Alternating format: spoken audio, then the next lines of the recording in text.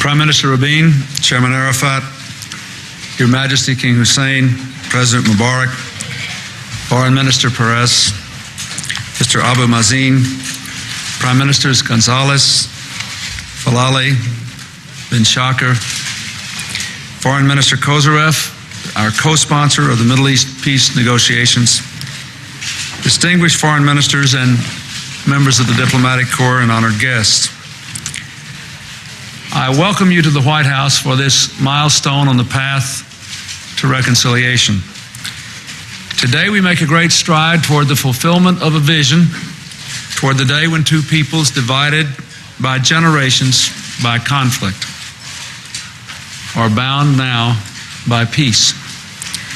Finally, the time is approaching when there will be safety in Israel's house, when the Palestinian people will write their own destiny, when the clash of arms will be banished from God's holy land.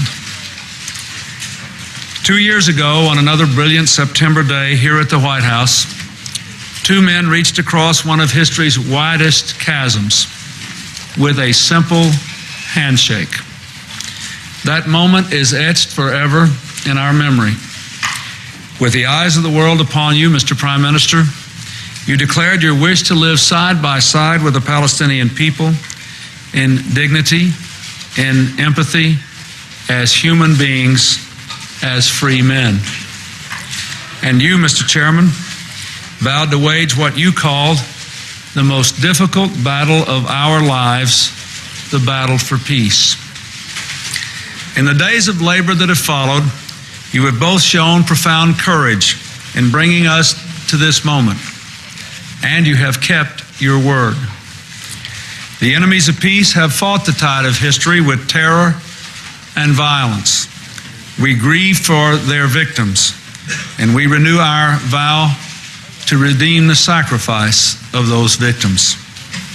We will defeat those who resort to terror, and we revere the determination of these leaders who chose peace, who rejected the old habits of hatred and revenge. Because they broke so bravely with the past, the bridges have multiplied, bridges of communication, of commerce, of understanding. Today, the landscape changes and the chasm narrows. The agreement that now will be signed means that Israel's mothers and fathers need no longer worry that their sons will face the dangers of patrolling Nablus or confronting the hostile streets of Ramallah. And it means that Palestinians will be able to decide for themselves what their schools teach, how their houses should be built, and who they will choose to govern. You, the children of Abraham, have made a peace worthy of your great forebear. Abraham, patriarch of both Arabs and Jews, sacrificed power for peace when he said to his nephew Lot, "Let there be no strife between thee and me. If thou wilt take the left hand, then I will go to the right."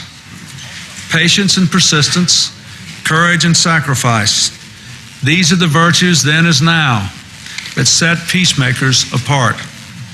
Mr. Prime Minister and Mr. Chairman, you are showing that it is not by weapons but by will and by word that dreams best become reality. Your achievement shines as an inspiration to others all around this world who seek to overcome their own conflicts and to secure for themselves the blessings of peace. Chapter by chapter, Jews and Arabs are writing a new history for their ancient lands.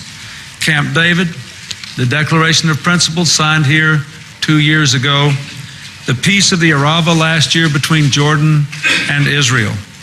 With each of these, the truth of this book has become clear to the world as courageous leaders step beyond the bounds of convention.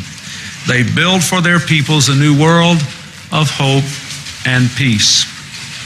Now, as this new chapter begins, it is fitting that we are joined by so many from the camp of peace.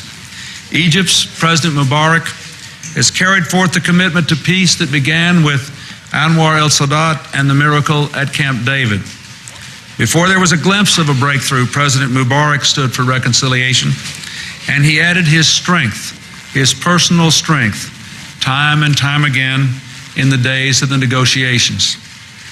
Almost a year ago, on the border that had known only barbed wire and armed patrols, King Hussein and Prime Minister Rabin brought their nations together in peace. Already that border has been transformed, as have the lives of Israelis and Jordanians after 46 years as enemies. King Hussein stands as a rock on which peace can be built. In only a few weeks, he will host the economic summit in Amman that will bring together Israelis and Arabs from throughout the region, business and government leaders from throughout the world, to map the promise of tomorrow. Today, we are also joined by the largest group of Arab foreign ministers ever assembled to support the growth of peace. Prime Minister Falali of Morocco has traveled here to represent King Hassan, who has done so much to advance progress in the region. With us as well are representatives of nations that have provided vital support for peace, including the countries of the European Union, Japan, Canada, and of course, Norway, whose assistance 2 years ago opened the way to this moment. All those who doubt the spirit of peace should remember this day and this extraordinary array of leaders who have joined together to bring a new era of hope to the Middle East. The United States is proud to stand with all of them. Much remains to be done, but we will continue to walk each step of the way with those who work and risk for peace.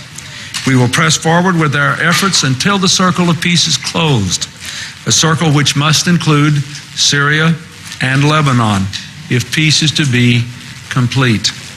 We will not rest until Muslims and Jews can turn their backs to pray without any fear, until all the region's children can grow up untouched by conflict, until the shadow of violence is lifted from the land of light and gold. Thank you very much.